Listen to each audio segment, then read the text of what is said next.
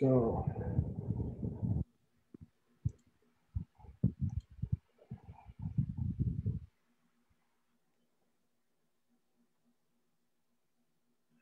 All right. Okay. Hello everyone. Magandang hapon. My name is John Baluyot and we are now live through our session Emotional Intelligence Enhancing Malasakit Culture in the Workplace. So for those people who just came in, this is a full house. We actually have registrants range we have around 430 registrations. So please put yourselves on mute so that we can manage the conversation. A few reminders. Please have another device ready for you and or be ready to go to another link because we will be using Mentimeter a lot, probably 3 or 4 times during the session. Second is all participants will be on mute initially so that we will not be disturbing one another during the course of the talk and the discussion. Please do not hesitate to use the chat box. So can we try that out right now? Can everyone say hi and code where you are calling from or where you're dialing from? Hi, Gian. Nice to see you again here. Grabe, ang sipag ni Gian talaga sa Positive Workplaces. Marivic Garsula, hello. Hi, Christine. Ikaw din. Ang sipag. Camille Uy from Coronadal. Look kayo. We're getting people from Coronadal, Mindanao, Lucena. Hi, everyone. Okay. Very nice. So, Zoom chat is working very well. Thank you. Second is we will be issuing certificates of attendance upon you answering our post-evaluation survey. So this is not new anymore to people.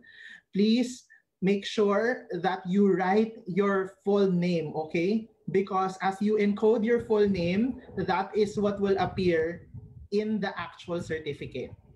All right? So these are our reminders to guide us throughout the session. Again, my name is John Baluyot and I'm the CEO of Positive Workplaces. We are now live in Facebook. So you can follow us at facebook.com/Positive Workplaces PH. Athena is going to share that link in the chat box. And please feel free to share our content because this is a very important learning session that we will have owing to how vital taking care of our well-being is during the pandemic. Okay? But before we go on with the actual topic, I would like to engage you in this Menti question. Ayan. Can you go to menti.com and use the code 5159242, or you can also check the link that Athena will be pasting in the chat box, in the Zoom chat box. Okay, so Athena posted the Menti link in the chat box. And please answer this question with us. How are you honestly feeling right now? Okay, how are you honestly feeling right now? And be very generous with your response, meaning like just let us know how you feel because we cannot see you. We cannot see your responses. Okay, the code is 515924. So 5159242. Right. That's the Menti link. Okay. All right. So there are now 30 people who are responding, and we also would like you to know that since we're live in Facebook, for your friends who will not be able to cut into the Zoom call, we apologize in advance because we only really have 100 access, but we are live in Facebook, so you can ask your friends to follow us at facebook.com/Positive Workplaces PH, and they can also watch this live there. So, oh my God. Right. It's okay. I want to engage you as early as now before I introduce you formally. What do you think of this? We have 23, 27 people who are from the range of I am struggling to I am completely lost and broken. Yeah. First of all, it's something to be appreciated, no, na everyone is being upfront and honest with where they are right now, which is what we will discuss also later, no, is very important. But also it's a sign of the times, eh. I think this is a time wherein everyone is feeling a bit, no, struggling a bit, and that's all right. And we want to thank you for sharing really all of these emotions that you're having right now. Yay. Thank you so much, Kay. And thanks everyone for being candid. At least this is one way for us to scan the room and be able to adjust our content based on your responses kaagad, real time. See, there are now around 60 people who have responded. And a good number here are still in that part of I'm struggling, I'm completely broken. But congratulations on the ones who are feeling okay and doing amazing. That's also something to acknowledge. No, right? So so yeah, we are positive workplaces. So our objective is to co-create cultures that enhance the well-being of the Filipino workforce. And this webinar, this free webinar is one of our ways to expand that ripple, right? We have a free webinar last week. Nikki and Chloe talked about self-compassion. That's also a free webinar. Today, we will be talking about emotional intelligence, right? And how important it is to enhance malasakit culture in the workplace. Right. So without further ado, let me introduce to you our facilitator who you got a whiff of na a while ago. Our facilitator for the day is a very good friend. So Kay was my guidance counselor when I was still studying in UST. Right? So I just want to share with you that she was the one who shared to me my entrance exam results when I was still in college. We were very young then. She attained her master's of degree in psychology with major in counseling psych. She's also a sixth placer in the 2016 board licensure for psychology. Grabe, board top notcher. She is an associate member of the Psychological Association of the Philippines, and she is a PAP certified specialist in counseling and assessment psychology. She is also the co-founder of Child Fam Possibilities Psychosocial Services. So, everyone, I would like to introduce to you Miss Kay Vardelion. Hi, Kay. Hi, thank you, John, no, for that lovely introduction and also for having me here. I am very, very excited for the hour and a half that I'm going to be spending with everyone. I can see dun sa chat box, no, we have people from all over. No, from Puerto Princesa, merong Luzon din, I see Cavite, I see Visayas. And so this is nice because we have an opportunity here, not just to learn, because whenever I'm asked to talk about emotional intelligence, I don't think of it as a seminar with a lot of technical details. No, I see it as a kamustahan and maybe a checking in among different people. And because we have such a diverse group, not counting for the Facebook participants, I think we have a lot to learn, no, from one another, which is very, very nice. I'm really, really excited. These are things that I wish, no, they teach us in school na sana there's a subject on emotional literacy, and very excited that we are going to use it as a framework for understanding malasakit, which is a word na I think overused, no? Especially if you're a politician. Medyo overused, no? But when you think about it, when you do a deep dive into the word, napakaganda. And there's a lot that we can get from it, no, in terms of our well-being and in terms of creating good social support systems. So, to formally start, no, hindi ko na pahabain yung introduction, but please, no, do call me Kay. I'll share with you my slides, but in keeping with the idea that this is an informal kamustahan webinar, please feel free to share if you have insights along the way, if you have questions along the way. So there's no need to wait until the end of the discussion. I think kung maisisingit nyo siya sa chat box, no, or even you can raise your hand using the raise hand function, mas maganda kasi we could address your concerns or your questions in real time. And we could also get feedback, no, from each other about what you're thinking about this topic. All right. So to formally start, no, our discussion is about the culture of malasakit. But just to have a disclaimer early, no, we're not going to do a deep dive on the Filipino psychology concept of malasakit. Instead, we're going to look at it as we commonly understand it, how we use it in everyday language, and we're going to use the framework of emotional intelligence in addressing how we could enhance it further.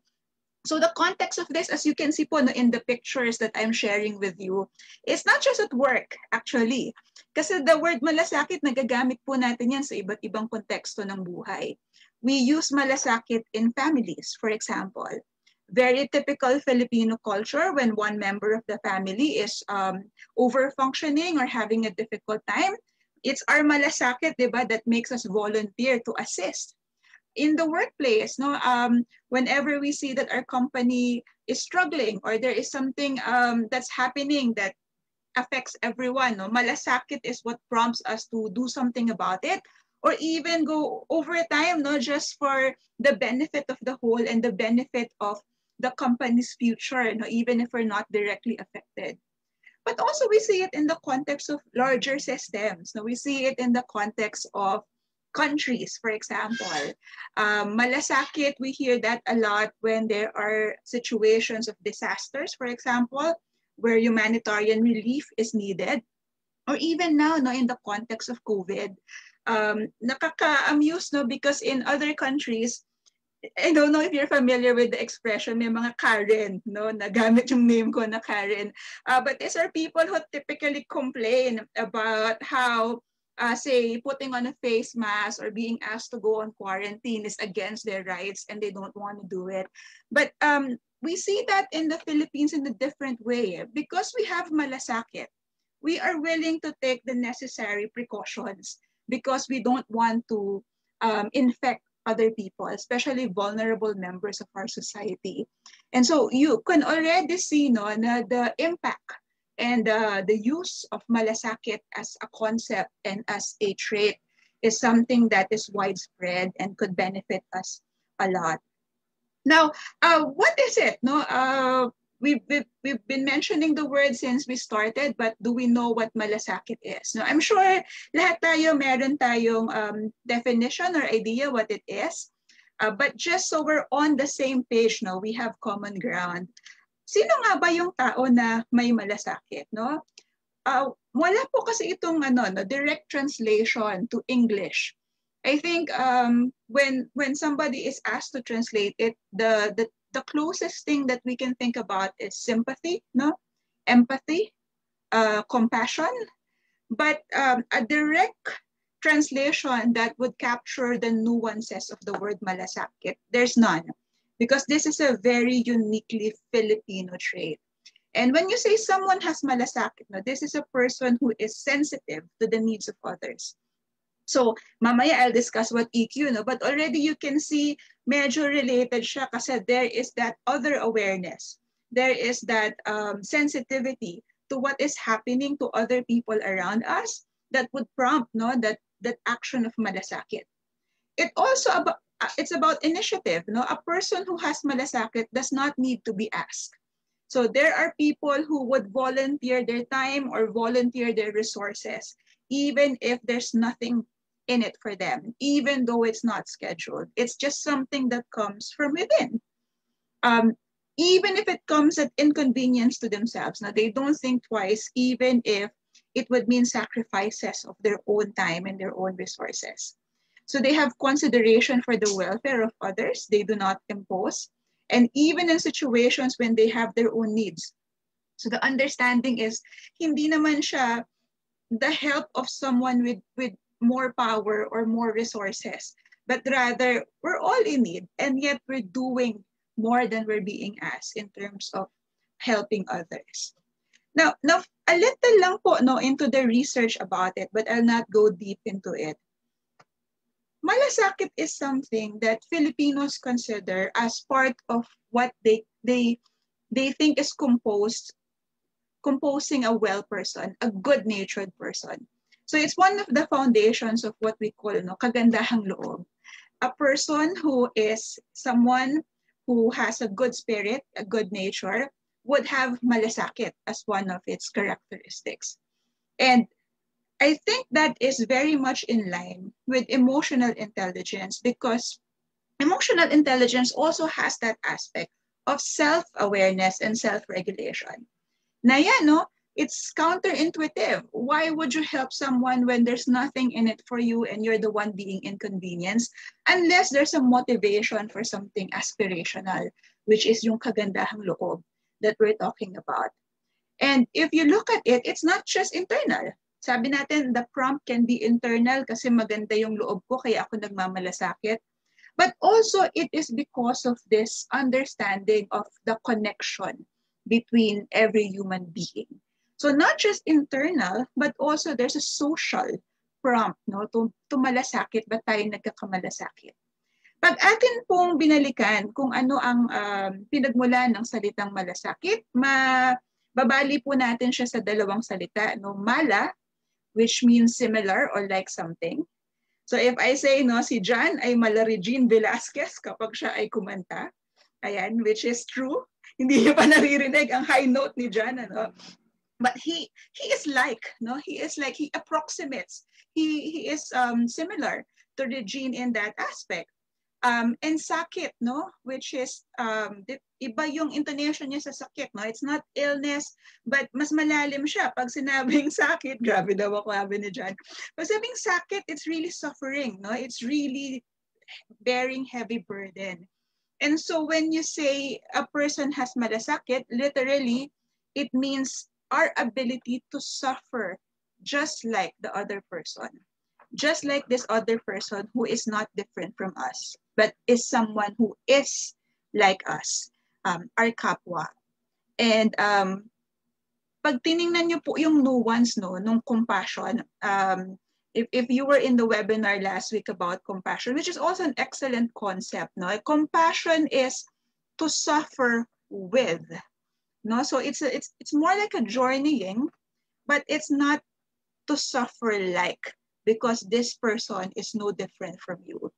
And really that nuance is very rich when you think about it. But yes, no, going back po to why we are framing it in the context of EQ also, emotional intelligence is also that, no, responding to the suffering of others, responding to the pain that we see in other people.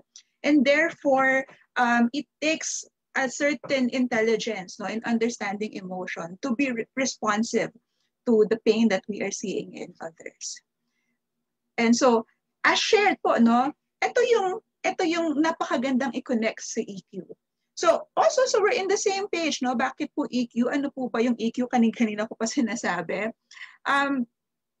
Minsan, no, depende po sa trend of the time. We use different language. I have heard of emotional intelligence, which is popularized by Goldman. We also hear emotional hygiene. We also hear, my favorite, the one I like, is emotional literacy. And now we also hear someone, Susan David, coming up with emotional agility. And while they all have no different nuances, isa lang naman po yung pinanggagalingan when we think about that. It's really an understanding of what emotions are, so that we could recognize our own feelings. We are aware. They are not external things that drives us. We are not overwhelmed by them. We can recognize them as part of ourselves, and we can accept them. We can have compassion with ourselves, with what we feel, to the point that we can use it to understand ourselves and motivate ourselves and basically manage. So when you say emotional intelligence, you are self-aware and you can manage your emotions. The same with other people, no, going beyond that, but I think a foundation. Kasi before you can be aware of others and manage others' emotions, you need to be able to do it on your own. But EQ is also about that, no?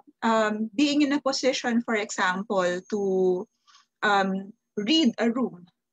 What's going on in a room, no? What are the nuances, no? The unspoken context that's there.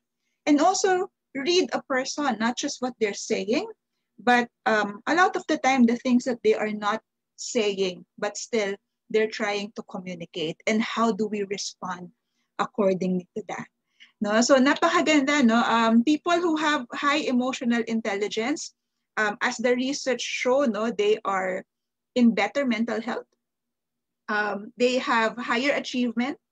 They go further, and this is a non-IQ competency. Ibig sabihin po, no, even akala natin before, pag mataas ang IQ mo, mas successful ka. But even people po, no, with average or even challenge, no, with in terms of understanding concepts the way we traditionally define IQ, they achieve further because of emotional intelligence. No, there is a drive that is helping them, and so this is a very, very, very nice concept mo, no, para maunawaan po nating lahat. All right. So, yun muna yung ginawa ko, no? I just introduced the concepts that we are going to play around with today.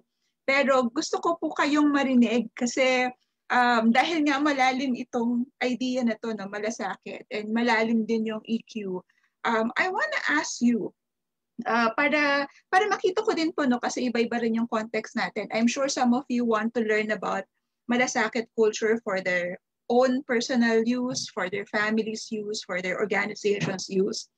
So I want you to parang help me look at the different aspects of it. So here's my challenge. No? Could you think of a time na you exercise malasakit? So could you think of a time wherein you were in a position to help and you went out of your way to help, no, somebody else? So this is upon your initiative. There's no gain to yourself. And sometimes there is even inconvenience to yourself. So nagmalasakit po kayo. What prompted that? No, ano yung nagtulak sa inyo para magmalasakit? And if you could, no, you could share the answers to Menti also. I'm going to share in the chat box, and Athena also has shared it there, no. Could you go to menti.com, use naman the code. So this is a different code, no, from what John used earlier. 9265646. Alternatively, you can just click on the link that's in the chat box or scan the QR code that is in the PowerPoint slide and share to me what's the prompt. Ano yung nagtulak sa inyo? And prompts can be something that you saw, anong nakita nyo, anong na-observe ninyo, or it can be a thought or a feeling, no, na okay, ito yung naisip ko kaya ako tumulong sa kabila ng wala naman akong personal stake dito sa sitwasyon na aking tinutugunan. So we can discuss that. So I'll wait po, no, for your answers. I'm seeing some of them coming along now. I'm gonna share the screen. But yeah, no, this is a very rich concept that we can look at. Okay. Just to check po, no, can you see is the screen projecting the Menti answers? Yes, we can. Okay. Ayan. So tingnan natin, ano, what people are saying. Okay. So knowing what the person feels, because I was in the same situation before. Very nice, no? So hindi lang sa may nakita kang nangangailangan, pero actually ang pinaghuhugutan is being able to relate, no?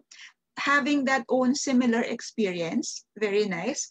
And then knowing siguro, no, na how that feels, therefore, I think it could be worthy to help. Ayan. Yung alam kong kailangan ako ng iba, very nice, no? So the prompt is just the knowledge that you're in a position. You are privileged, you are needed by other people. Okay? Kapag nakita mo na nagsasuffer yung ibang tao pero alam mo na capable ka, so there's a sense of capability there. Awa, if you care about the other person. Okay, very good. Naawa ako sa iba, mas nangangailangan. Knowing what it feels like not to have anyone who wants to help you. Parang it's not just that you feel the pain they're going through, but you also, in anticipation, want to save them, no, from further pain because you know what it feels like to have to go through it alone. So I want to lighten someone else's load. Hard for me to see someone suffer. Thank you. You can relate to the person's struggle. Yeah, to let others know they're not alone. Very good. innate goodness inside us. And lagi ko itong ginagawa to my family, financially, emotionally. Wala akong in-expect na kapalit just because I'm happy to serve not just my family but also those in need. Very good. No, so I don't want them to suffer like how I suffered too. Very nice.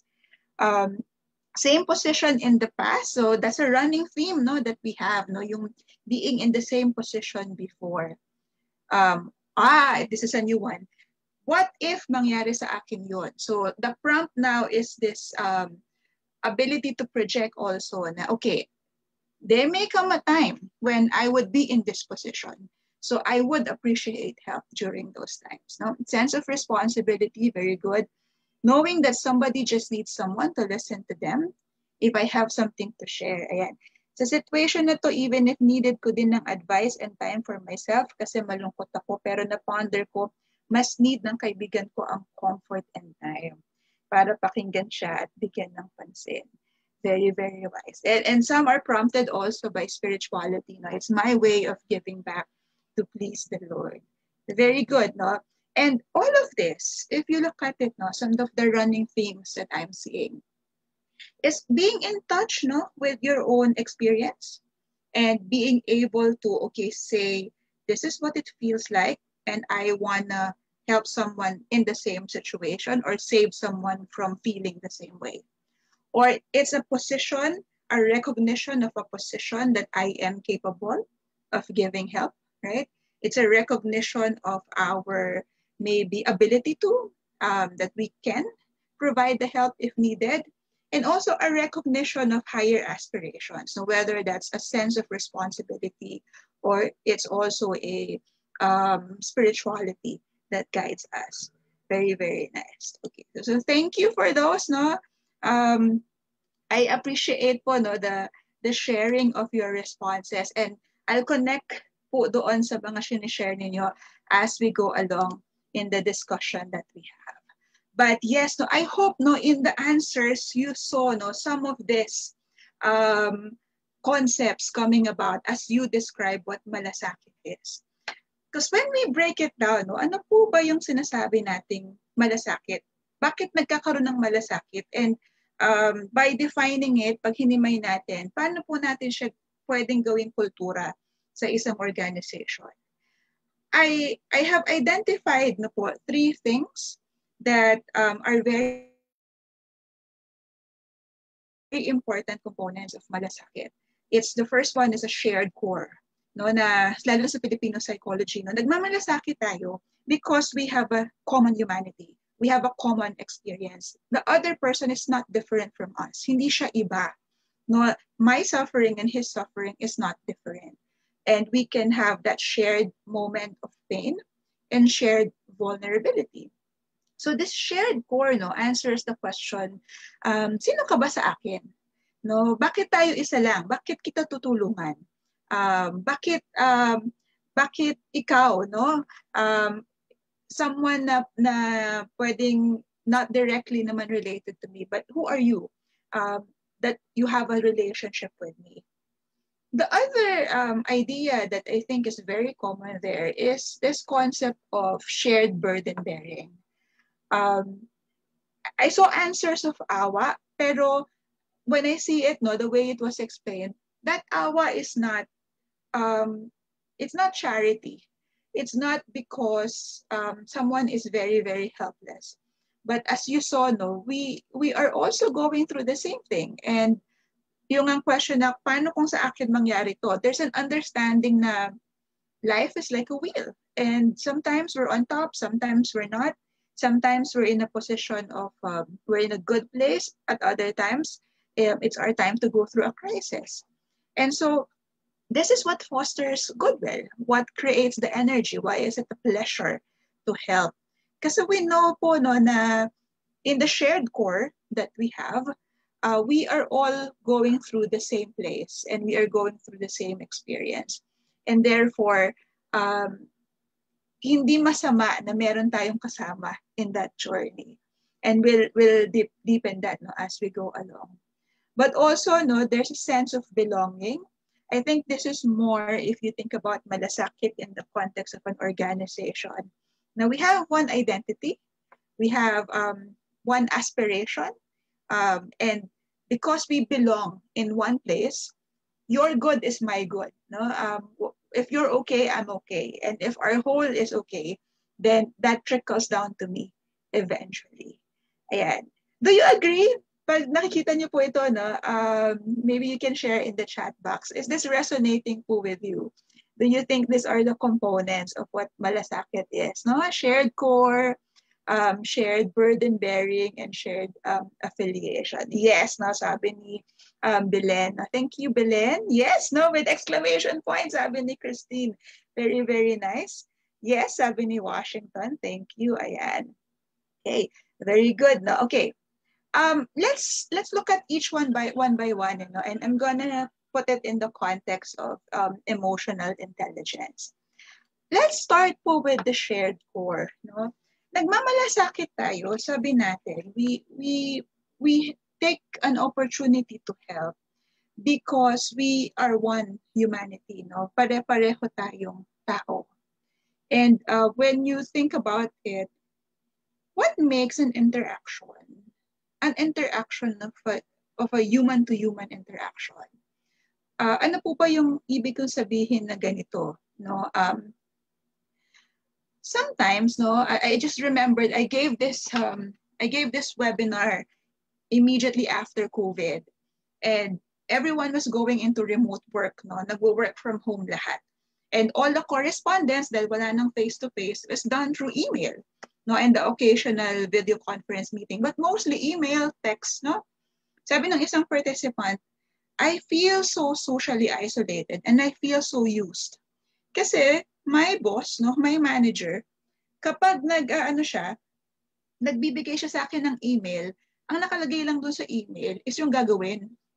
So para please refer to the above document, deadline is on September 13th, something like that, no? Wala daw human touch. Walang makatao, no, na aspeto ng email. And that begs the question, no? Ano ba yung makatao? Na sana daw, no, kahit meron lang daw one statement na, good morning, how are you doing? I know this is a difficult time, but I hope na you're carrying on. Nga pala, no, may deadline tayo sa September 16, ito yung document naka-attach. Merong aspeto of relating as a person, not just the task. And malasakit is very rare in companies, organizations, or families, or even societies, wherein the interactions are purely transactional.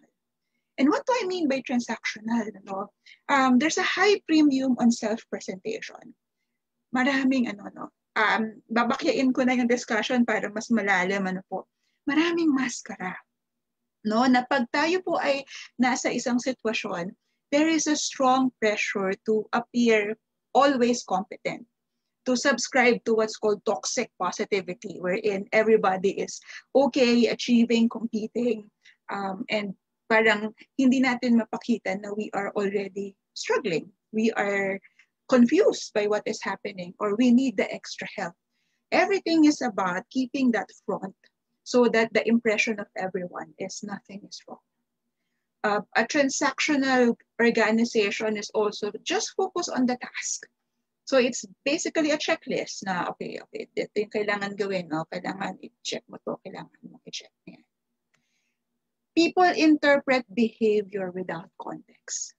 No? So ito yung ayaw nating word, which is judgment. No? For example, someone is underperforming. No? The interpretation that is automatically, not a good employee, not a good performer, without understanding context. Sobra po na-appreciate ko yung salitang context, no, ngayong COVID-19 pandemic. Kasi I had this participant also in a webinar na immediately after COVID. So she is a mother who was heavily pregnant when COVID happened. So 8-9 months. She is taking care of 2 other children. No, very young children. And then her husband, who is her major support system, was locally stranded because of COVID. And her boss is saying, you have to deliver like any other. Kasi pare-pareho tayong may pinagdadaanan, dapat wala kang excuse. But that misses the point, di ba? That's just interpreting yung output without understanding how difficult it is to be heavily pregnant alone and caring for 2 other children. And yun yung kulang in most organizations, no? Ni hindi natin alam kung ano yung nangyayari sa kapwa natin. Kahit na kausap natin sila araw-araw, hindi mo alam what's behind, no, the self-presentation. And so our approach is never individualized. There's one rule, there's a very rigid rule that applies to all. So when this is the organization, this is how it looks like, of course, no, it's very hard to communicate what you need. It's very hard to show that you're not okay, you're vulnerable, and you could use malasakit, no, from other people. So the challenge for us really is, if we want to create a culture of malasakit, we have to go to the human interaction. We have to create interactions that are more human. Or ang ganda sa Tagalog, no, makatao. Makatao ang interaction. And ano ba yung makatao? Parang if I may borrow a story from my mentor, no, my boss, Father Tenalega from Ugat Foundation.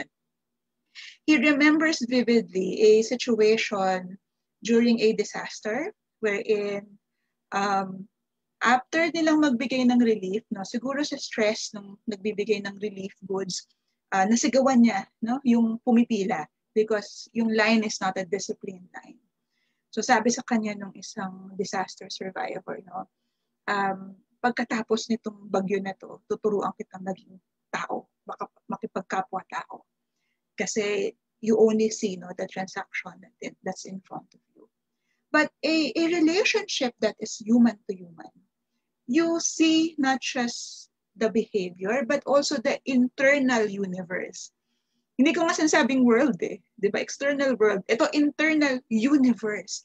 Because some of us are not practiced at being aware, but what's inside of us, our thoughts, our feelings, our needs, our drives, our conscious or unconscious, napakalawak.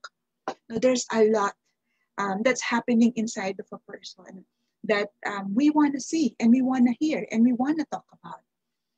We are mindful of context. No? Sabi ko nga, iba-iba tayo ng pinanggagalingan.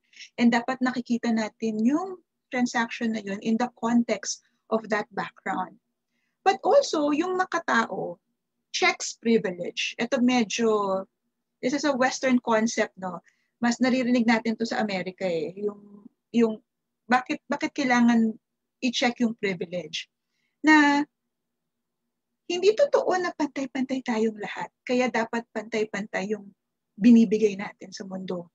Some of us have it harder than others. If you are a single parent, if you have a disability, if you have a parent, kunyari, who is struggling and is ill, and you're also not just an employee but a caregiver, if konti lang yung finances mo and hindi mo kaya mag-taxi, kailangan mong pumila ng 3-4 na oras sa MRT just to get to work. We don't have the same time, energy, or effort, and therefore we have to remember that as we deal with people. And so what you see here is, you think about a compassionate, a malasakit heavy, or a premium on malasakit in an organization. It's really that ability to connect on a human-to-human level. And so what we need to do is to normalize conversations about the human experience. Kailangan natin, para magkaroon tayo ng malasakit, ang pinag-uusapan natin, hindi lang kung ano yung nangyayari, hindi lang yung ganap, hindi lang yung sitwasyon. Kasi pag yun lang ang pinag-usapan nyo, ang tawag doon chismis, di ba? Halimbawa, di ba, pag mayroon kayong kaibigan na sinabi niya, okay, si ganito, di ba, kunyari, yung asawa niya, iniwan siya, sumama sa iba. And then, ang tinatanong nila, anong nangyari?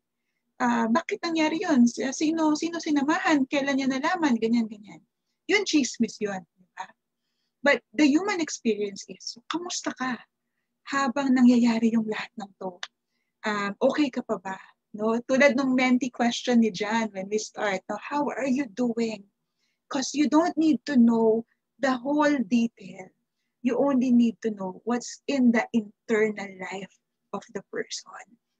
And this is where emotional intelligence comes in, or emotional literacy comes in.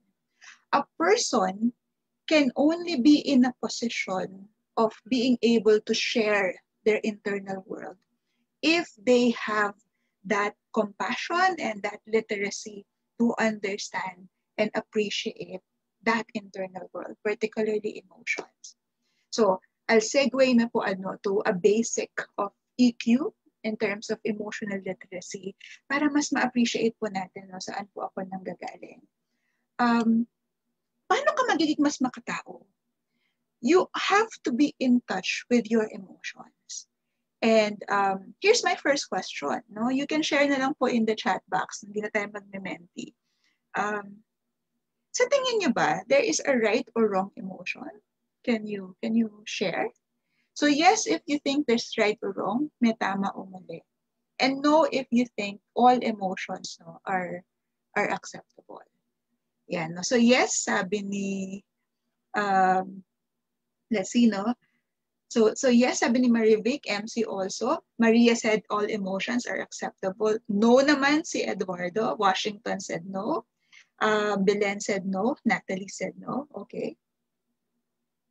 Yes, sabi ni Jocelyn. Vic said yes. Okay. Ito yung actually yung favorite kong example eh. For example po, your mom. You know your mom has sacrificed everything for you. So, binigay niyang lahat, no? Hindi siya nag-pursue ng sarili niyang pangarap. Nagtrabaho siya ng ilang trabaho. Mataguyod ka lang sa kolehiyo, no? So, you have a mother who gave you everything. Kaso, kapag hinihiram niya yung favorite t-shirt mo, nagagalit ka. No? So, here's your mom, gave you everything, pero minsan kasi kinukuha niya yung t-shirt mo sa cabinet pag wala siyang masuot or kasi gusto lang niya. Okay, my question is, no, tama ba o mali na magalit ka sa nanay mo na sinakripisyo ang lahat para sa'yo para lang sa t-shirt? What do you think? Can you share? So you can you can even expand on what that is. No, because that emotion will hurt others. Na magalit, so it's not acceptable. No, sabi ni Benjamin, all emotions, nandun pa tayo dun sa initial question, are justifiable, alright? So iba-iba yung thought, no? Sige, baka I can impose on someone, no, to share what's the context of their statement. Like si Ravina, no, baka I can ask you to unmute if kaya po ng bandwidth ninyo. Pwede namang sabihin ng maayos. What do you mean by that? So this is in the context of mama who sacrificed everything. Ma'am Ravina, ano po bang ibig sabihin yun nan?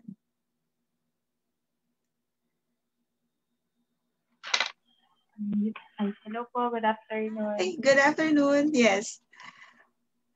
Sa tingin, ma'am, pakiulit po yung question. So ito sa context ni mami, no? Okay lang bang magalit Yes, sa nanay mo na sinakripisyo ang lahat dahil lang sa t-shirt? Sa tingin ko po, hindi po. Kasi yung nanay mo po is parang siya po yung kasama mo mula nung bata ka, siya yung nagpapalaki sa'yo. Parang kapag titignan mo dahil lang sa t-shirt, nagalit ka sa kanya, parang sinacrifice mo lahat yung mga ginawa niya sa'yo, kumbaga. Ganun po. So, okay. Yun po. Kung sakali, pwede naman pong sabihin ng maayos na wag sanang galawin yung gamit, ganun po. Yun po. Parang, yeah. Oo, thank you, Ma'am Ravina. So, parang sinasabi mo, no, parang hindi na consider yung sacrifice. Na parang pwede naman sabihing maayos imbis na magalit. Okay? Thank you. May nakita rin ako si Jennifer, sabi niya, siguro man pwedeng magtampo pero wag magalit. Could you expound on that po? Is it okay if I ask you to unmute? Pwede naman magtampo lang, pero not to extent na magalit.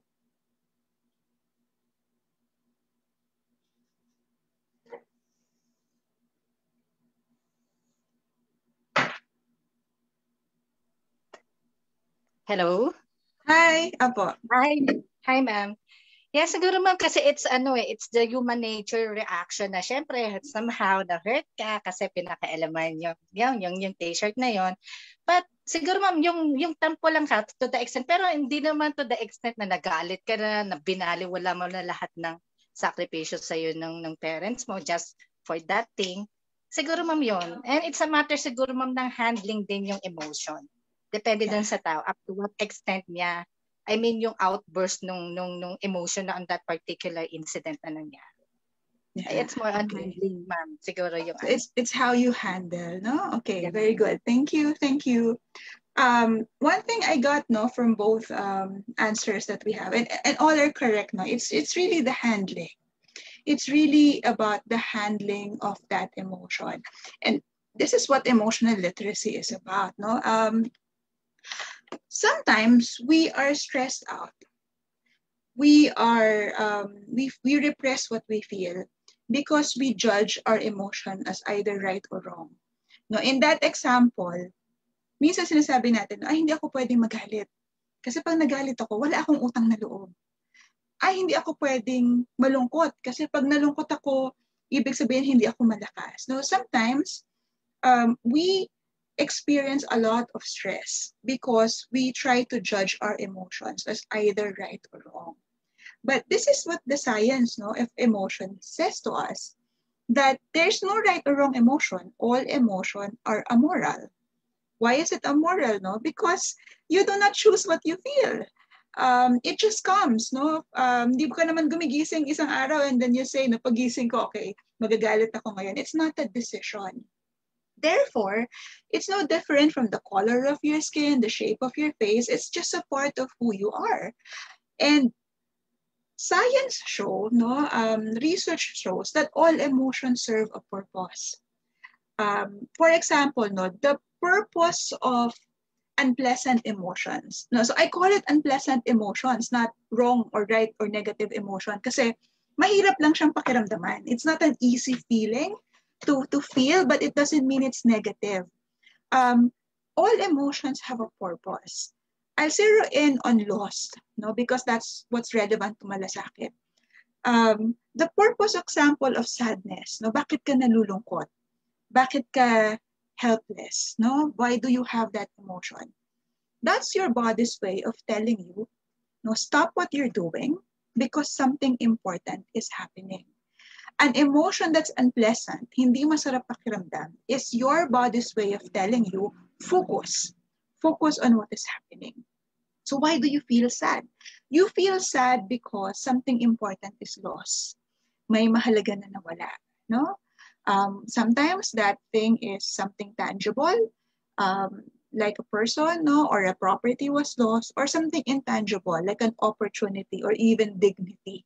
Nawalan ka ng dignidad, nawalan ka ng mukha, na ipapakita sa ibang tao. And therefore, you feel sad. And sometimes you also feel angry because that is what's happening. The reason why you feel helpless is because you lost control. That's your body's way of telling you, okay, you may not have control over the situation. And it's time to either surrender, right? Or ask for help. And so, when you think of it that way, that all emotions serve a purpose in our life, it means we don't have to repress it. We don't need to be overwhelmed by it. We don't need to react on it. What we need to do is to feel it comfortably, pakiramdam lang natin ng comfortably, and help it allow it to help us make a decision. For example, sadness. Sadness helps us focus on that thing that we have lost. And it also moves us to a decision. It asks us, is the loss that we experience recoverable or not recoverable? If it's recoverable, let's move to recover it. If it's not, then let's grieve, let's experience the loss so that we could have full appreciation of what that is. And hindi tayo lumalagpas, hindi natin sinasabi na hindi mahalaga yung bagay na yun. And that is simply what emotions are. Bakit kailangan nating itago if we're not okay? Furthermore, no, we need to work with the full range. Ano pong ibig sabihin nito, no? You should feel the good emotions, the pleasant emotions like excitement and happiness, but also you need to also feel the unpleasant ones. Here's a guide po, no, to emotional intelligence. No? So if there's no right or wrong emotion, what is there? No, there's a appropriate emotion, and sometimes appropriate in amount. Reflect if you underreact sometimes, no? Ibig sabihin po, no, you should be feeling empathy or sympathy, but you're not. Hindi ka na move, no? Or hindi mo nakikita yung weight of things. And you've heard feedback, for example, that para kang bato, no? You don't see the need for emotions. Sometimes that could mean, no, we have repressed our own sense of loss and our sense of not being okay. And therefore, no, hindi na tayo makakita or maka-appreciate ng loss ng iba. And so, going back to malasakit, no, if you want to increase malasakit, you have to allow people to feel their loss, to feel their helplessness, to feel their vulnerability. Because it's not negative per se. No, in fact, it's a signal to others na gustong magmalasakit that we could use the help, and it allows us to communicate, no, what we need. Okay. So I'll skip muna this, no, para we could proceed with the rest, no. But I also have one more Menti question later.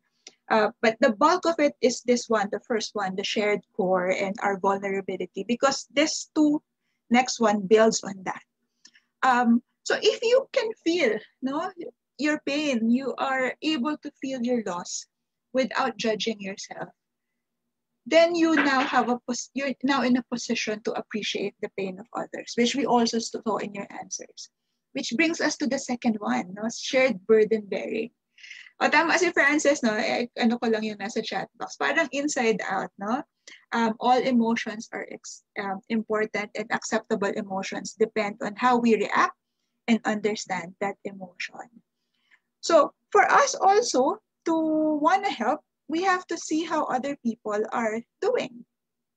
And this is something that is related to the concept of where we are in terms of our life journey. Madalas po kasi nating marinig, no, bakit may kontra sa malasakit? Kasi parang feeling nung iba, it encourages dependency. Feeling nung iba, it encourages helplessness or disempowers people. But it just is an understanding of how we are in life. No, we are in a shared journey of burden bearing. Balik po tayo sa Filipino psychology. No? This is something that's very, very nice. I'm gonna borrow this, no, from Edwin De Senceteo and Lira Versosa, who uses this, no, for mental health support. Pag ang Pilipino may nakasalubong daw, no, na tao, paano ba tayo nagha-hi? No? Paano ba tayo naghe-hello? Do we say hi? Is that our concept pag may nakasalubong? Di ba usually, no, pag meron tayong nakikita sa daan, ang tanong natin is either, saan ka galing? Right? Saan ka papunta? And ano yung dala-dala mo? And the perspective is, when we ask people how they are, it's really just asking where they are in their journey. Where did they come from? Where do they want to go? And what are they carrying, no, as they go through that journey? Kaya ang tawag natin sa personal struggles natin, pinagdadaanan, di ba? Merong pinagdadaanan. So it's not the person. When somebody who we are assisting is not okay, it's not because he or she is not a good person, or he or she is not a well person, or he or she is a dependent person. Only that in that particular season of life, they are in that place. And when you have emotional intelligence, you also understand that we all have seasons in life. Madalas ko po itong sinasabi, no, whenever I give a presentation, na loss is a normal part of life. Life is a series of losses. Ayan. Do you agree? Life is a series of losses. Minsan sabihin nila, no, napaka-pessimistic naman. Bakit that's how you define life? But that's actually true. Now, even if nothing happens, just the mere fact of going through developmental stages, you would experience loss. For example, no, when you move from childhood to adulthood, anong nawawala? Can you share with me sa chat box? Anong nawawala sa inyo pag mula bata nagiging matanda ka na? What do you lose? Innocence, sabi ni Angelo. Pagkabata, youthful skin, sabi ni John, no? Charot. What do you lose? Collagen. Time, yeah. Childhood, sometimes, no, your opportunity to play. Ito naman, freedom, yeah. When you transition from singlehood to married life, what do you lose? Aguinaldo, sabi ni Francis. Pag nag-transition ka na from single to married, what do you lose?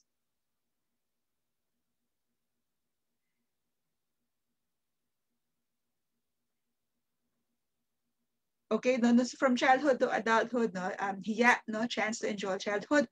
Pero when you transition to married life, pwedeng time for yourself, no, alone time, opportunity, independence, no. And when you transition from adulthood to old age, what do you lose? No, so sometimes we lose mobility. We're starting to recognize that we're not as healthy as we used to.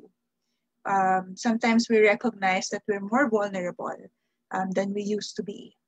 And so even though nothing is happening, there's no external crisis, you would experience loss. No? Every choice actually is a loss. When you choose one option, pag pinili mong maging married, you lose the independence of single life. If you choose to be single, some people will say they lose that companionship and intimacy. So how much more if you add situational losses in the mix? When loved ones die, when we lose our job, when something is stolen from us, when we have financial crisis, when we become unemployed. Loss is a normal part of life. We go through seasons of losses. But also, on the positive end, hindi man siya ganun ka-negative. If life is a series of losses, life is also a series of bouncing back from loss. It's a series of finding your resilience. It's a series of deriving meaning. Ano bang ibig sabihin nung nawala ako? What do I let go and what do I let come? What do I allow myself to have as a change so that I could be a better person? But we all have seasons, no? So, doon din ang gagaling yung malasakit, yung understanding na merong panahon sa journey. Baka panahon na hindi siya okay, panahon mo tumulong, but darating yung time na this will go back to you. And so you can show your malasakit by being other aware or being more empathic. Like, so I have 5 L's here, very simply. Just looking around you, looking at the people who are in your network. What do you observe? Where are they in their season of life? Maybe sit down and listen. Ask them what's happening. Above and beyond transaction, ask them, kamusta ka? Pag sumagot sila sa kamusta ka, you will learn. Ano ba yung nangyayari sa taong to? Ano ba yung kakaiba na perspective niya, yung pakiramdam niya, yung iniisip niya, yung konteksto ng buhay niya? And then, when you learn, whatever you learn, accept it unconditionally. You love. Kahit kahiya-hiya yung sinabi niya sa'yo, di ba? Kahit na hindi socially acceptable, kahit na it makes them look embarrassing, you show love. And when you do that, you actually free the person because they feel accepted and they're okay to be vulnerable. So life is really complex, no? We have ups and downs, but sometimes when we allow ourselves to show that vulnerability, it will help develop courage, groundedness, and integrity. It's part and parcel of the day. Sabi nga ni Benjamin na love is all that matters. Very nice. Okay, I'll go to the last one. And then siguro this will just be 5 minutes and then we could share a bit of what we thought.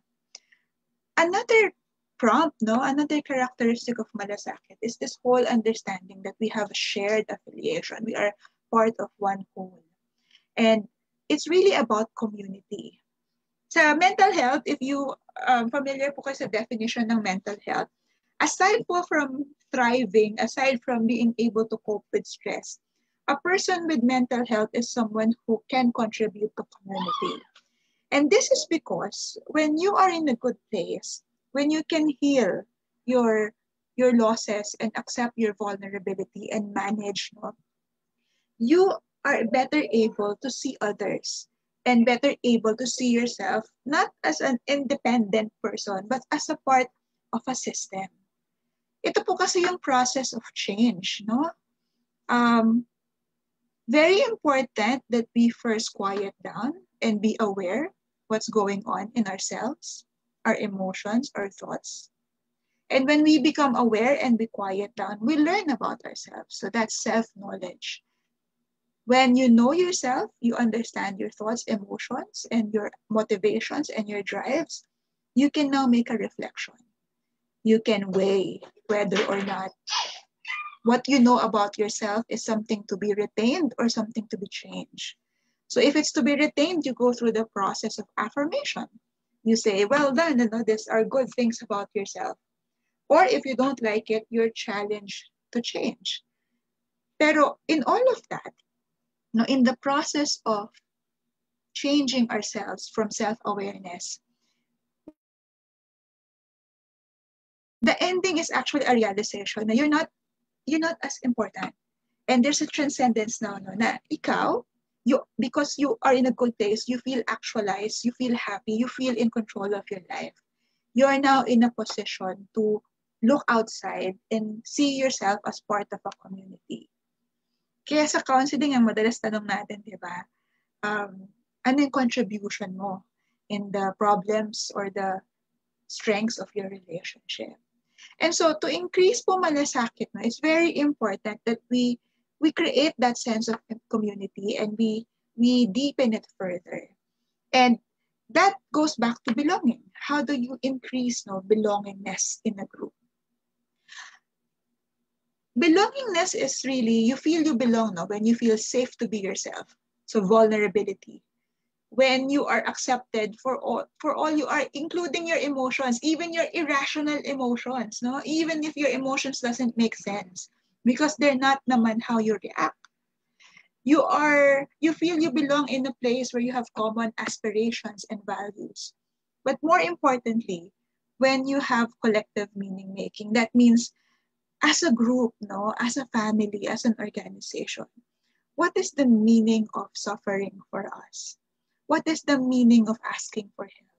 Ano yung nare-realize nyo na dumadaan tayo lahat sa collective crisis of COVID? And what does this prompt us as an organization to be? Yan. Kasi going back po na Filipino psych, when you have a sense of community and you feel you're part of the whole, you have an aspirational responsibility, meaning you want to aim for that ideal where there's pananagutan, where there's a accountability na your brother is someone that you have care of, that you could assist, you could give support to. And we saw that, diba, nung nakita natin yung menti kanina na a responsibility is also a drive for pananagutan. Kasi ideally, if you're in such a good place, you realize na you're part of a whole. Kaya pansin niyo po, no, things like social justice, environmental awareness, good governance, no, yung mga sinasabi nila na luxuries, kasi hindi mo siya maisip if you're in poverty and you're looking at basic needs, no, aesthetics. These are things, no, that only comes from a place wherein people are okay and people are allowed to be assisted when they are needed. So yun po, no, that's I think the prompts, no, of malasakit as they relate to emotional intelligence. So I'll end po this presentation here. But wanna comment also, no, na something from Jennifer, no. Yeah, no, we're part of a system. It's just like different parts of our body. We can't work or do other things better if one part is missing. We recognize na everything works because we are part of it, and our wellness and not wellness is also an integral part of that whole. Ayan. So I hope this was helpful for you. And I'll pass it over to John, before siguro I ask like the last question on what you learned today. Yeah. All right. Thanks, Kay. Let me ask that question for you because I think that's a really important question that people can start putting in the chat box. At least for everyone, no, now that you were able to hear the relationship between emotional intelligence and malasakit, I want to pose a challenge or a question in the chat box. How do you think you will be able to use yung tinatawag ni Kay na emotional literacy with your problems or your challenges at work? Can you help us fill in the chat box with that? Para we can start learning from one another. Kung papaano yung how will you apply this type of learning when Kay talked about emotions and how emotions are immoral, na there's no good and bad emotion. There's just a manner by which you manifest the emotion depending on how it can affect others. Ano sa tingin nyo yung way para magamit nyo siya? Diba? You mentioned a while ago during the discussion na ang dami sa atin, medyo marami pa sa atin yung hindi okay, no? Nandun pa tayo sa range ng 1 to 3, kumbaga. May mga tao na still torn and broken, may mga tao na still lost, and may mga tao na still struggling. Tapos very few yung I'm okay until I'm really amazing. Well, what will you be able to use this for? Can you start sharing your responses in the chat box? Ayan. Siguro, Kay, while they're sharing their answers in the chat box, I want to engage you with the first question. Natuwa ako dun sa sinashare mo na wouldn't it be nice if we can start acknowledging our emotions, no? Pero napansin mo, like in the Philippines, hindi natural sa atin yung mag-acknowledge ng emotion kasi it's very uncomfortable, 'di ba? Like in our family, in my family, hindi uso sa amin yung i-appreciate yung ginawa mo or magsasabi ng I love you ganyan. Parang people will say, ano ba yan ang corny mo naman? O kaya, ano ba yan ang ex-sage mo naman? How can you advise people in that environment? Yeah. I think it starts with kahit one person being able to be comfortable with that. Meron kasi mga thoughts that come with why you wanna repress certain emotions. Yun nga, that it's corny. O kaya, ito yung common na naririnig ko, especially when you feel helpless or sad. Yung ayoko kasing makabigat sa iba. Or ayoko kasing makita ng mga kasama ko sa bahay na hindi ako okay. I have to create a strong front. That's why I can't show this emotion. Or yun nga, with the example of the mother, di ba? Parang ang ungrateful ko naman kung magagalit ako. Parang masama akong anak. We have to look at those associations that we have and match them with what science says, di ba? Na sinasabi naman niya na these are not necessarily negative. What actually has morality is how you respond, di ba? How you react to the emotion. For example, kung yun nga, di ba, parang nagalit ka and then you end up saying a painful thing, minura mo yung magulang mo because of it. Yun, that has right or wrong. Pero yung magalit ka, that is something that's totally neutral. And also just this acceptance na sometimes emotions doesn't have to make logical sense. I think yun yung yun yung kulang din, kailangan natin gawan siya ng logic. Pero eto Jologs, in the context of Valentine's, di ba, sometimes you feel things na alam mo mali naman maramdaman mo pero nararamdaman mo pa rin. And that just speaks to the unconscious or to what you're going through that's very uniquely yours, that doesn't have to subscribe to logic. You just have to affirm that and appreciate it and not judge yourself for it. Right. Thank you so much for that. Kasi it's so hard, for us because culturally, we're so afraid, because we're a collectivist culture, we're so afraid to upset other people. Diba? Yun yung tendency natin na pag kunyari, nagsabi ka na, this is how I'm feeling, tapos yung emotion mo medyo malakas or medyo negative sa ibang tao, baka mamaya magalit sila sa'yo or baka mamaya ma-upset sila.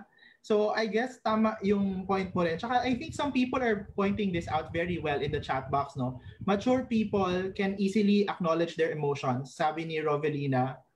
Tapos emotionally mature persons, it's like very important. So these are their learnings.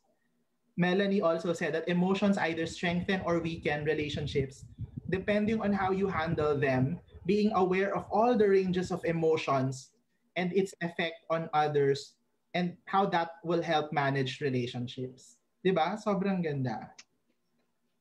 No pa, sabi ni Jennifer here, Kay, I've learned that all emotions are vital since they are our natural response to a given situation. But it's up to us on how to handle these emotions responsibly. Can you expound a little bit on this? As in, feeling ko this is something that people need to hear a lot, no? Na yung emotions are vital. Okay. Yeah. So going back to the purpose, no. Since we were talking about malasakit, I only talked about I focus on sadness, diba? But actually, all emotions have a purpose. For example, anger, for example, that tells you when you have expectations that are not being met. That tells you when your boundaries are being intruded upon. That tells you if your rights are being violated. You talk about pleasant emotions, no? Like excitement and happiness, no? And love. No, these are the purpose of this is to expand your horizons, to make you a well-rounded person because you're open to people, you're open to creativity, you're open to doing many other things, no, that you want to do. You talk about grief, for example, diba? It allows you to process what are the important things in your life so that when you go through life again, you will have appreciation for those things. You feel the weight of things, the value of things. So you can look at all of this as vital and really para siyang ano, no, I've heard it likened to blood in the circulatory system. If you repress certain emotions, it doesn't flow well and there's something missing in you. No, anong ibig sabihin yan? Look at people who can't feel anger, no, because society tells them bawal magalit. What are they missing? No, they become very submissive. They become it's very toxic internally. Nagkakasakit sila kasi binabaon nila yung galit. You look at people who can't feel sadness, yung hindi makaiyak. Parang hindi sila accessible, di ba? Parang sila yung mga tao na nagsasabi, ay, yan lang, babaw niyan. Ako nga kaya ko to kasi sinurvive ko to. I mean, they survive life at cost to their own ability to empathize. You look at people who can't experience happiness, may ganun din. Diba? Can't experience enjoyment. Yung parang sa sadness, inside out, diba? Nakikita na niya na masaya yung group pero nasa corner pa rin siya. Ayaw niyang pumasok, no? And then they're missing out on the quality of life. So, para siyang dugo, no? It has to flow so that you are a well person. Complete human experience is what you get. And the sad thing is, hindi ka aware what you're missing unless you allow yourself to really develop and feel all the possible ranges of emotion that are there. Right. Yeah, sabi ni Reyna, unexpressed emotions will never die. They are buried alive. Sabi niya, they're buried alive and will come forth later and uglier in ways. Yes. I build a question on Reynard's point, Kay. Kasi alam mo, hindi naman din kasalanan minsan ng mga tao kung takot mag-express ng emotion. Kasi pwedeng nakaso na sila or na-trauma sila, di ba? May mga ganun parang nag-express sila dati, tapos biglang nasigawan sila, na-judge na sila hanggang sa may mga other things that happened na baka detrimental na sa kanilang well-being. How can you encourage these people to, start to feel the emotion again and be able to manage their own emotions again? Especially in the workplace. Never mind muna sila. No? Start with yourself. Whenever you feel that there's a strong emotion that you can't define, then just sit down, take a deep breath, and complete this sentence. No, I feel blank, and it's okay. And feel free to use your vocabulary for defining what you feel. Kasi minsan basics lang tayo, nandun lang tayo sa sad, angry, happy. Pero minsan malalim yan, di ba? Merong puot, di ba? Merong nanlulumo, merong parang nanlalambot. And sometimes no, we even have to use metaphors. No? I have heard no, para kung nasasakal, dahan-dahan na kung kinukunan ng lakas, no, or something like that. Use your vocabulary so that you can capture what you are going through. Quantify it, no, like on a scale of 1 to 10, this is how intense my emotion is, right? And when you are ready, you can even compare, no, like, okay, this is how I feel in this situation, that's how I feel in that, so that you can learn about yourself. And the moment you become comfortable with yourself, right, that's the only time na siguro you can become more comfortable in expressing it to a culture that is not familiar with effective language. But you can go slowly there by you nga using I feel statements. So kung di sila sanay, ikaw mag-umpisa, no, like kung merong meeting. So good morning, no? So thank you for the additional load. I just feel, no, that with this additional load, ito kasi yung effect sa akin. So baka magugulat sila, no, pero at least no na normalize mo, you become the champion of using effective language in that group. Yeah. Ano yun na, gusto ko yung sinabi mo na when you can be the source of effective language. Kasi yung pag gumagamit ka na ng effective language, na-express mo na siya, at saka nakaka-impluwensya ka ng ibang tao na possibly baka magandang gayahin ka nila because you're benefiting from that behavior. So I want to relate that to the question of Melissa. Sabi ni Melissa, paano kung yung boss mo hindi masyadong mataas yung malasakit? What is the best way to tell your boss na konting malasakit naman without being disrespectful? Alam mo, challenge nating lahat to, di ba? Kasi takot tayo na mambastos or makabastos ng nararamdaman ng iba. Ano yung advice mo sa mga ganitong mga employees? I'm going to start by asking the boss, kamusta na siya? You know, maybe kasi the person is not in a position to provide that support because they themselves are struggling. Oh my God. Siguro that's part of managing up also, is no, taking care of your boss's well-being, and you can say, how are you doing? What's worrying you in this situation, and validating that, no, listening with empathy. Because minsan kaya akala natin walang malasakit, no, but maybe there's pressure also from whoever is on top of the boss, diba, to deliver, lalo na in the crisis COVID. Naku, no, parang we need to earn. So ang ginagawa ng iba, pinapasa downward, no, kung yung pressure na yon. So maybe you can start by affirming first na parang, yeah, no, I can hear that there's a lot of pressure on you to deliver, and sometimes you feel, no, na maybe we're not performing well because this is what you see and this is what you observe. Is this correct? No, you validate what they are feeling, and then when they can share and when they can ventilate, you can lower down the emotions that they have or the guard that they have, and that hopefully would give you an opening na when they're calmer and they feel listened to, you can say, is it okay if I share a suggestion? Kasi po sa amin sa team, ito po kasi yung nangyayari.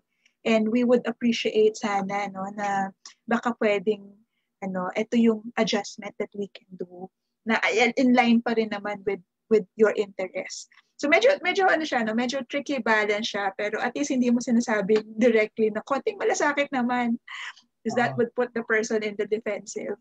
Uy, pero gusto ko yung sinabi mo, yung start na kamusta ka. Kasi ang mga leaders sa atin, lalo sa kultura natin sa Pilipinas, no, takot na mawalan ng power or takot maging vulnerable. Kasi pag nakita sila ng kanilang mga staff in a point of weakness, ang iniisip kaagad natin as leaders is, kaya ko ba to? Baka naman hindi ko kaya kasi other people are seeing that I'm weak or I'm not optimal based dun sa kung ano yung kaya kong i-deliver. Tapos dahil sobrang daming expectations, syempre nag-iipon yon sa isip din ng mga leaders natin, no? So ang ganda nung sinabi mo na, kamustahin mo kaya? Kamustahin mo muna kasi baka mamaya may pinagdadaanan din, di ba? Yun yung sabi mo, may pinagdadaanan tayo.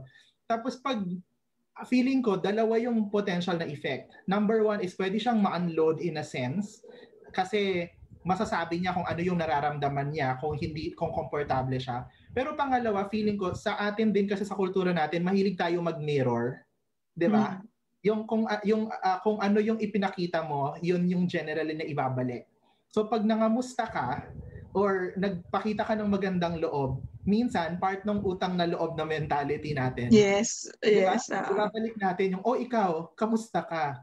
Diba? Yung may ganun. So, napakaganda nung advice mo dun sa, like, umpisa pa lang na tatanungin mo kaagad kung kamusta siya. No? Tapos, tsaka kayo mag-usap pag pareho ng mas mababa yung guard nyo, after that. So yeah, thank you so much for that, Kay. Siguro I'll take one final question before we wrap all of this up kasi we only have 10 minutes left. Merong isang question dito na anonymous, Kay. Sabi, ang malasakit, ang pribilehiyo ba o yung pagiging privilege ng tao, is it contrast to malasakit? Kasi 'di ba parang may mga tao na dahil nasa point of privilege sila, kunyari yung mga tao na nakakapagtrabaho sa bahay, tapos nakikita nila yung mga tao na nasa commute, hindi nag-o-observe ng social distance kasi kailangan pumasok sa opisina at maging on time. Tapos nasa judgment kaagad minsan natin is, ano ba yung mga taong yan? Kaya tayo nagkakaroon ng mas maraming infection kasi wala silang mga disiplina. Pero these people really just want to go to work kasi if they are late, baka mamaya wala na silang trabaho mapasukan. So ang privilege ba ay contrast to malasakit? Can you let us in on the explanation behind that? Well, that's where emotional maturity matters, right? Kasi true empathy is being able to set aside your own position. No, you can bracket where you are. Kasi if you're only looking at the person from your point of view, including your privilege, then hindi siya true pakikipagkapwa, hindi siya true empathy. And yun nga yung maganda kasi if a person is in a position of privilege but can still look into the position of what someone in another life experience is, then that deepens that malasakit kasi it comes from parang maturity to understand na there are people who don't have it as well as you do. And yun nga, if it doesn't create that, then kulang pa siguro sa processing of what understanding experience is from another person's point of view. Right. And I suggest exposure for that, to expose yourself to as many different kinds of people as possible so that you could learn what life is outside of your own social circle. Correct. Gusto ko yung sinabi mo na true empathy, no? Like how true empathy is a requirement for malasakit na pag hindi mo na set aside yung pribilehiyo mo, pwedeng hindi pa mature yung empathy mo enough. And you have to learn a little bit more on how to relate. Kasi 'di ba sa workplace sa atin, katulad yung example kanina na boss, pwedeng kung staff ka, hindi mo nararamdaman pa kung ano yung na-encounter na pressure ng boss mo. Iisipin mo kaagad na baka mapagmalupit lang talaga siya kasi medyo may pagka-demonyo yung ugali. Pero 'di ba, wala naman talagang, sabi nga ni Lippy, 'di ba? Wala namang tao na bumabangon every day para maghasik ng lagim. yun yung metaphor niya eh. Wala naman sa atin siguro na sige, papasok ako sa opisina, papasok ako sa trabaho, ang first na gagawin ko is maghasik ng lagim. Lahat naman tayo may mabuting intensyon eh. Pero hindi lang natin siguro mabilis maintindihan because our empathy is not yet on that level of maturity yet. And feeling ko yun yung magandang ma-share natin din sa kanila as we are educating more people how to start handling or managing emotions. Kasi hindi naman lahat mature agad eh, di ba? Sabi ko nga sa'yo na-meet mo ako nung college. Ayoko nang i-share pero ako ganitong tao nung ako inasa college, di ba, tumatakas ako sa nagkakat ako ng klase. Mga ganyan, masakit akong magsalita. Pero feeling ko along the way, because you subject yourself to experiencing all of these emotions, medyo matututo ka naman. And siguro let me take this time to plug. Let me take this time also to plug na si Kay actually has an emotional intelligence leadership course na we are we are marketing, it's going to be from March 2 to 23, no? March 2, March 9, March 16, March 23. Tapos, etong course na to is an emotional leadership course. Okay? Emotional leadership course. Kasi, pag mas marami tayong emotionally intelligent or mature leaders, mas magkakaroon ng opportunity yung organization na mag-open up to have dialogues about what we are feeling. Di ba? Mas na magkakaroon siya ng sense of culture being started or us transitioning to that type of culture. Kasi importante siya, di ba? Hindi naman tayo lahat okay, especially during the pandemic, and it has to start with leaders. So, we are also giving a promo to our frontline health workers na if you are one of these and if you are interested to take this course with us, malaki yung discount para sa inyo. Kasi syempre, we also want to understand and relate that you need this in your jobs right now, especially sa sobrang dami ng pressures na ating na-encounter. So yan. Again, coming soon in Positive Workplaces, natapos na natin, no? So this is for everyone's benefit. Natapos na po natin yung self-compassion tsaka yung emotional intelligence na part. And Kay now is the facilitator for that one. We're now going to go next week to yung strengthening teams through appreciation. So kung meron po tayong tinatawag na love languages sa mga relationships, ito po yung same author niya, yung 5 languages of appreciation. So si Ross is not the author, pero she will be the one who will talk about the content of that next week, February 24, para po mas ma-expose pa tayo doon sa emotions tsaka sa pag-appreciate sa ibang tao in the workplace. So, okay, siguro before we let people go, and please follow, guys, please follow us. Alam niyo po, lumalaki na yung community natin, no? We are very accessible in Facebook and we're doing this live. And baka kailangan din to ng mga kaibigan nyo at saka inyong mga kamag-anak. So at this point, please share your love in the chat box for Kay as we thank her and ask for her final message, you know, before we say goodbye to you at 4:30. So Kay, what would be your siguro not naman farewell but see you later message? Baka kasi yung iba sa kanila makita mo doon sa emotional intelligence leadership course. I think the heart of the discussion is that bit on creating human-to-human relationships. And where I am coming from is I assist companies in creating mentally healthy workplaces. What happens kasi is we all know that in this situation, everyone is struggling. And if you're struggling, it doesn't mean, diba, that you have poor mental health or poor emotional intelligence. It just means that the situation we're in right now is more difficult than the usual. And if you ever find yourself in a position where you're overwhelmed, it doesn't hurt to have tools to help yourself make the most of it so that you can thrive, but also to ask every member of your organization, including your leaders and managers, or if that is you, diba, yourself, to be the champion of well-being in the day's difficult time. Kasi we are already seeing that much more important than performance appraisal during this time is to just check in on everyone if they're okay. And if we can do that, then we're all the better as a society. Masyado akong idealistic, no? But we're all the better as a society and as a person for not compartmentalizing work and life. All right. Kay, maraming salamat for your sharing. Alam mo, ang daming notes of appreciation in the chat box. So can you see like how people start to learn so much from handling emotions in just an hour and a half? So thank you so much. And everyone, thank you. Maraming salamat din for staying with us. There were 100 people in the Zoom call, and last I checked kanina, there were 90 people watching us live in Facebook. So for those of you who are still watching, please ask your friends to follow our page.